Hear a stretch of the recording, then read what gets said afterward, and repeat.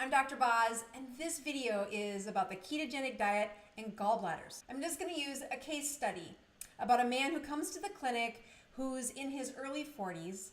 He's had some abdominal pain between his right rib and his right hip, and the pain seems to get worse whenever he eats fried chicken. The pain wasn't there 5 years ago, but he thinks maybe it started a couple years ago, and over the last 6 months, it's come more and more frequently. He comes into the clinic and I do an exam by pushing on his tummy, and there's not much pain when he's resting, but when he takes a deep breath, he stops his breathing and catches his breath because it hurts. We do an ultrasound of his abdomen, and sure enough, there's some gallstones in his gallbladder. There's one larger gallstone and several that are much smaller. While he's at the ultrasound suite, we give him an injection of something called cholecystokinin, and indeed, he feels that same abdominal pain a few minutes after that injection. This man has an inflamed gallbladder. He has little gallstones and one big gallstone. We're going to use his case to teach you about gallbladders and a ketogenic diet. The gallbladder is a bag that stores bile. And when you eat a large amount of fatty foods, your body will send a message to the gallbladder and give it a squeeze. That message is carried through a hormone called cholecystokinin. That little cholecystokinin is the same hormone that goes up to your brain to say, hey, I'm full.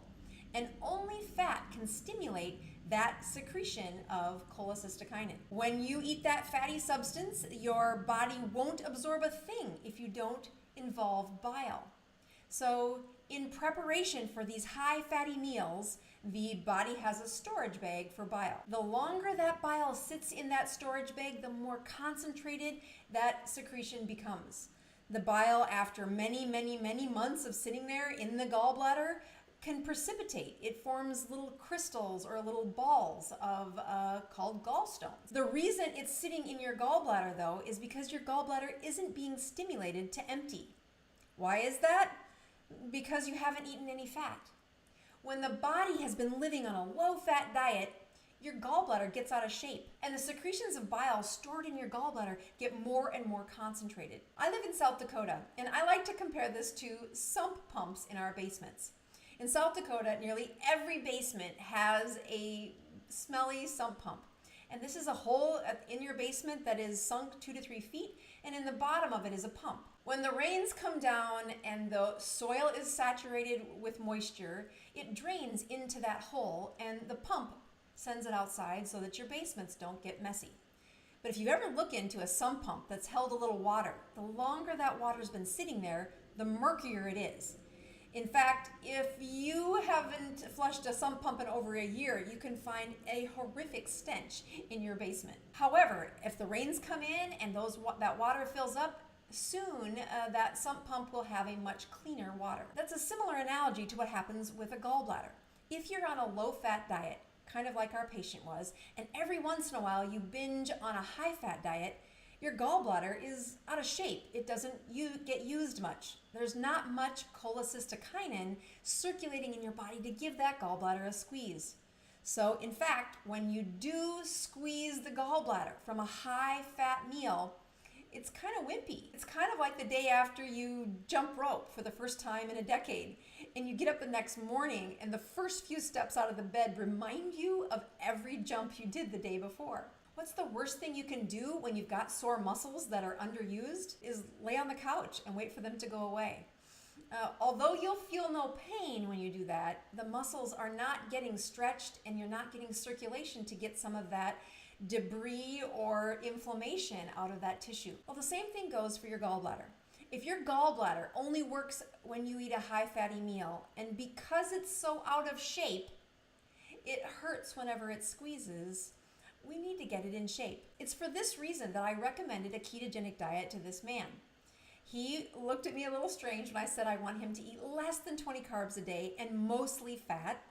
I, of course, sent him to my book and said, no, read this. There's a lot more to a ketogenic diet and why we do it than just the headlines of weight loss. In fact, I contend it's the most important way to remove inflammation from patients. The first few days of a ketogenic diet in somebody who has little bitty gallstones in their gallbladder can be dangerous. I had to warn this man that we may not have luck on our side if you end up in the hospital in the first week. We're going to ask your gallbladder to do its job and to secrete lots of bile over the next week. In that time, those little bitty stones that are in your gallbladder are going to flush out the hoses.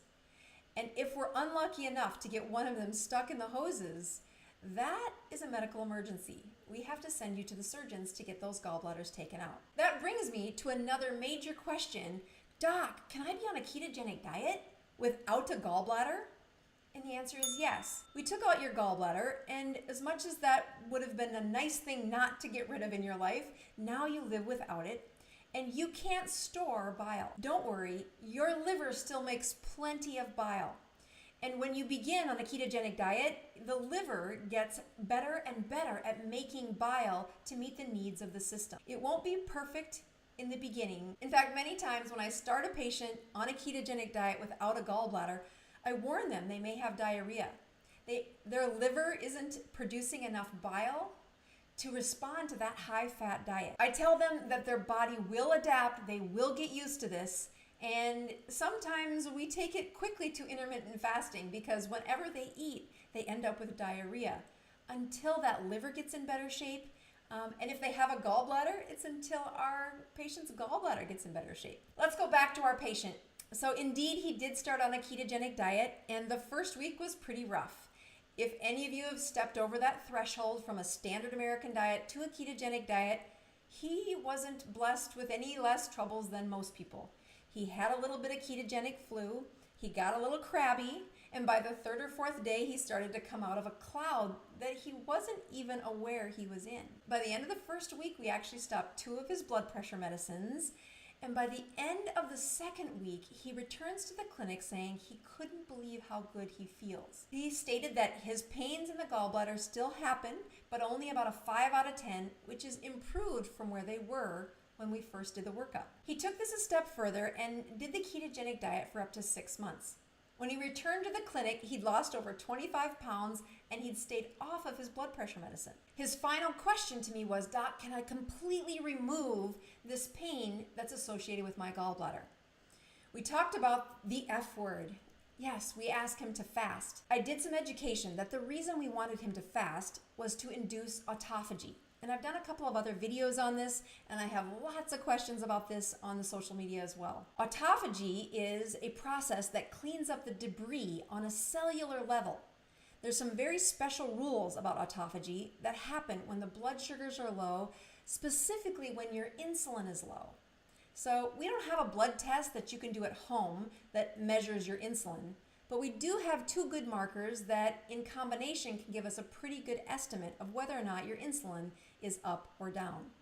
That is your blood sugar and your blood ketones. I boiled it down to taking your blood glucose and dividing it by your ketones. And if you can get a number less than 50, I'm pretty sure you're inducing autophagy. I encourage you to subscribe below. I've had so many of you have great comments back to this channel. I will be tuning in next time for another video. If you haven't checked out my book, Any Way You Can, I encourage you to do that. Until next time, I'm signing off, Dr. Boz.